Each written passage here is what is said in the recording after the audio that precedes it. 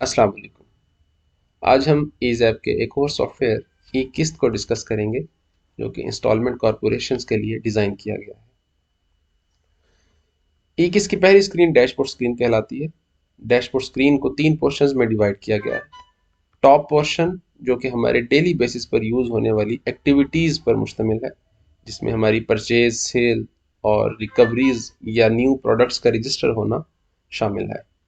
इसी तरीके से राइट पोर्शन को रिपोर्ट्स में डिवाइड किया गया है, जहां पर हमारी कैश की reports, account ledgers, purchase, sales, receivings, due installments और ओवर ड्यू इंस्टॉलमेंट्स, या हमारा अगर कोई ब्रोकर या एजेंट इन्वॉल्व है जो कि कमीशन बेस पर वर्क कर रहा है, तो उनकी जो भी कमीशन की रिपोर्ट्स हैं वो ऑटोमेटिकली एक किस्त प्रिपेयर करता है। और सबसे लास्ट में स्टॉक की रिपोर्ट्स अवेलेबल हैं। डैशबोर्ड की मिडिल स्क्रीन पर दो गैजेट्स प्लेस किए गए हैं। पहला गैजेट ड्यू इंस्टॉलमेंट का है। जैसे ही कोई सेल्स इनवॉइस जनरेट होती है और उसकी इंस्टॉलमेंट करीब आती है, तो वो ऑटोमेटिकली ड्यू इंस्टॉलमेंट के गैजेट में उस पार्टी के नेम के साथ उसकी जो इंस्टॉलमेंट्स ड्यू हैं वो डिस्प्ले कर दी जाती हैं। अगर किसी पार्टी की इंस्टॉलमेंट जो ड्यू थी उसकी डेट गुजर जाए, तो वो ऑटोमेटिकली ओवर ड्यू इंस्टॉलमेंट के गैजेट में वो कस्टमर और उसकी इंस्टॉलमेंट्स डिस्प्ले कर दी जाती हैं। कोई न्यू प्रोडक्ट रजिस्टर करने के लिए प्रोडक्ट के बटन पर क्लिक करते हैं और जो भी प्रोडक्ट है उसका हम कोड देने के बाद उसकी बाकी की जो डिटेल है वो सिस्टम में इनपुट कर देते हैं, जैसे कि प्रोडक्ट का नेम, उसकी कंपनी, उसकी कैटेगरी इलेक्ट्रॉनिक्स। इसी तरीके से उसके परचेज या रिटेल रेट हम प्रोडक्ट रजिस्टर करते वक्त भी बता सकते हैं, और at the time of purchase और सेल भी हम उसका रेट दे सकते हैं। कोई न्यू कंपनी रजिस्टर करने के लिए हम कंपनी के टैब में आकर यहाँ कंपनी का नेम लिखने के बाद सिस्टम में इनपुट कर सकते हैं, और न्यू कैटेगरी भी कैटेगरी के टैब से ही डिफाइन की जाएगी। एक किस्त में चार्ट ऑफ अकाउंट्स भी दिया गया है, जो कि मुकम्मल अकाउंटिंग मैनेजमेंट सिस्टम को इस्तेमाल करने के लिए यूज़ किया जाता है। ई किस्त इन्वेंट्री प्लस अकाउंटिंग सिस्टम पर मुश्तमिल सॉफ्टवेयर है, और चार्ट ऑफ अकाउंट्स में हम अपना मुकम्मल 3 लेवल अकाउंटिंग सिस्टम डिज़ाइन कर सकते हैं। जितने भी कस्टमर्स हैं हम कस्टमर्स यहाँ डिस्प्ले पर अपने इनपुट कर सकते हैं, और इसी तरीके से अपनी जो कंपनीज या सप्लायर्स हैं उनके अकाउंट्स भी यहाँ ओपन कर सकते हैं। सिस्टम में परचेज इनपुट करने के लिए हमारे पास परचेज का बटन अवेलेबल है। इनवॉइस नंबर ऑटोमेटिकली जनरेट किया जाता है, और हम अपनी स्पेसिफिक सप्लायर सेलेक्ट करने के बाद जो प्रोडक्ट्स परचेज किए गए हैं वो हम सिस्टम में इनपुट कर लेते हैं, और ये प्रोडक्ट हमारे स्टॉक का पार्ट बन जाते हैं। इसी तरीके से चूंकि ई किस्त इंस्टॉलमेंट कॉरपोरेशन के लिए डिज़ाइन किया गया है, तो सबसे पहले सेल पर जैसे ही आप क्लिक करते हैं तो ऑटोमेटिकली इंस्टॉलमेंट का मॉड्यूल ओपन होता है। इंस्टॉलमेंट की इनवॉइस बनाने के लिए एक इनवॉइस नंबर सिस्टम खुद जनरेट कर देता है। जिस डेट को सेल की जा रही है वो डेट आप खुद यहाँ इनपुट भी कर सकते हैं, और मैनुअल केस नंबर भी इनपुट कर सकते हैं। अगर आप अपने पास रजिस्टर्स या कैश मेमोज अपने पास चलाते हैं, तो आप यहाँ पर उसका नंबर भी इनपुट कर सकते हैं, ताकि सॉफ्टवेयर की इनवॉइस और आपका मैनुअल अगर इनवॉइस चल रही है तो इनको आपस में कोई रिलेशन बन सके। उसके बाद कस्टमर सेलेक्ट करने के बाद कस्टमर जो प्रोडक्ट्स लेने में इंटरेस्टेड होता है वो प्रोडक्ट सिस्टम में सिलेक्ट करते हैं, और जितनी क्वांटिटी लेना चाहता है कस्टमर वो इनपुट करने के बाद इसको आप सेल कर सकते हैं। फॉर एग्जांपल परचेज हम रेट यहाँ पर 60,000 पुट करके, और जो सेल रेट है वो हम यहाँ खुद दे सकते हैं। इसी तरीके से जितने भी प्रोडक्ट्स कस्टमर बाय करना चाह रहा है वो हम इसमें ऐड अप करते जाएंगे। मजीद अगर कोई डॉक्यूमेंट चार्जेस हम अप्लाई करते हैं इंस्टॉलमेंट्स बनाने के लिए, तो वो हम यहाँ सिस्टम में इनपुट करेंगे, तो हमारी जो इनवॉइस है वो 91,000 बन रही है। अगर कस्टमर हमें कोई एडवांस पे करता है तो वो हम सिस्टम में यहाँ इनपुट करते हैं, ताकि कस्टमर के पास भी एक प्रूफ जाए कि उसने अपना जो एडवांस है वो पे कर दिया था, उसकी रसीद सिस्टम प्रिंट करके देगा। बाकी जो बैलेंस है इसकी हम ऑटोमेटिकली जितनी भी इंस्टॉलमेंट्स चाहते हैं वो हम सिस्टम को बताते हैं, और सिस्टम हमें उसके अकॉर्डिंगली रिमेनिंग अमाउंट की इंस्टॉलमेंट्स बनाकर डिस्प्ले कर देता है। अगर कोई ब्रोकर या एजेंट की तरफ से सेल लाई गई है तो हम एजेंट या ब्रोकर भी सिलेक्ट कर सकते हैं और उसकी जो कमीशन परसेंट है वो भी डिफाइन कर सकते हैं। अगर एजेंट इन्वॉल्व नहीं है तो हम यहाँ ऑटोमेटिकली इसको एम्प्टी छोड़कर अपनी जो सेल्स है इसको सेव कर देते हैं।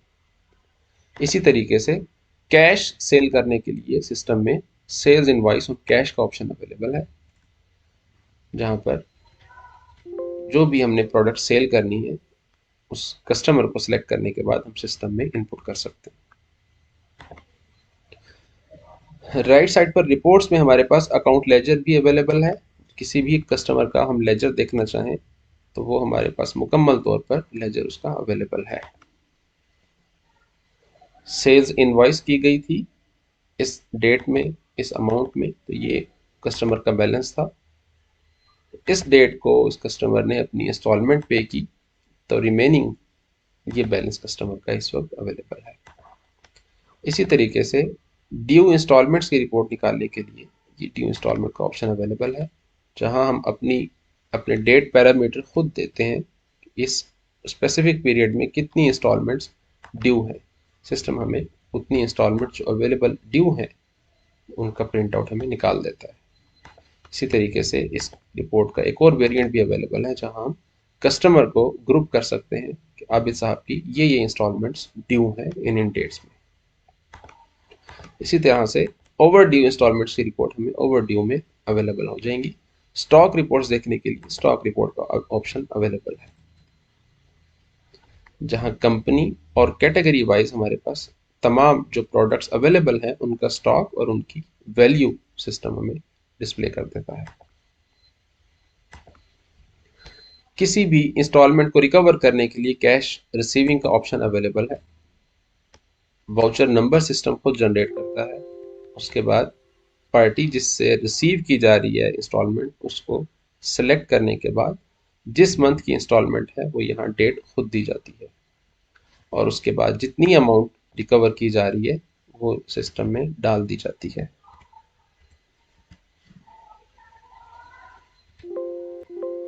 इस तरीके से एक किस्त में इंस्टॉलमेंट्स की रिकवरी की जाती है। जैसे ही कोई इंस्टॉलमेंट रिकवर कर ली जाती है तो वो गैजेट से, ड्यू इंस्टॉलमेंट के गैजेट से भी रिमूव कर दी जाती है क्योंकि वो रिसीव हो चुकी है। इसी तरीके से जितनी भी पेमेंट्स हैं वो हम कैश पेमेंट के ऑप्शन से पेमेंट्स कर सकते हैं, जिनमें हमारी सप्लायर की पेमेंट शामिल है और हमारे किसी भी किस्म के एक्सपेंसेस हैं वो हम अपने सिस्टम में इनपुट कर सकते हैं।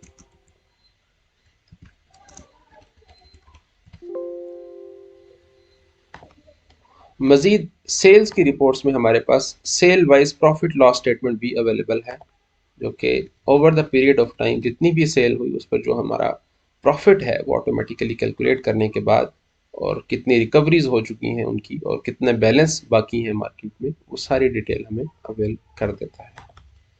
इसी तरीके से रिकवरीज के लिए रिसीवेबल्स एजिंग रिपोर्ट अवेलेबल है, जो कि नंबर ऑफ डेज के साथ हमें डिस्प्ले देती है कि किस कस्टमर की कितनी अमाउंट थी और इनवॉइस हुए हुए कितने दिन गुजर चुके हैं और ये बैलेंस अभी भी ड्यू है। तो ये रिपोर्ट काफ़ी हेल्पफुल है अपनी रिकवरीज को टाइमली एक्टिव करने के लिए।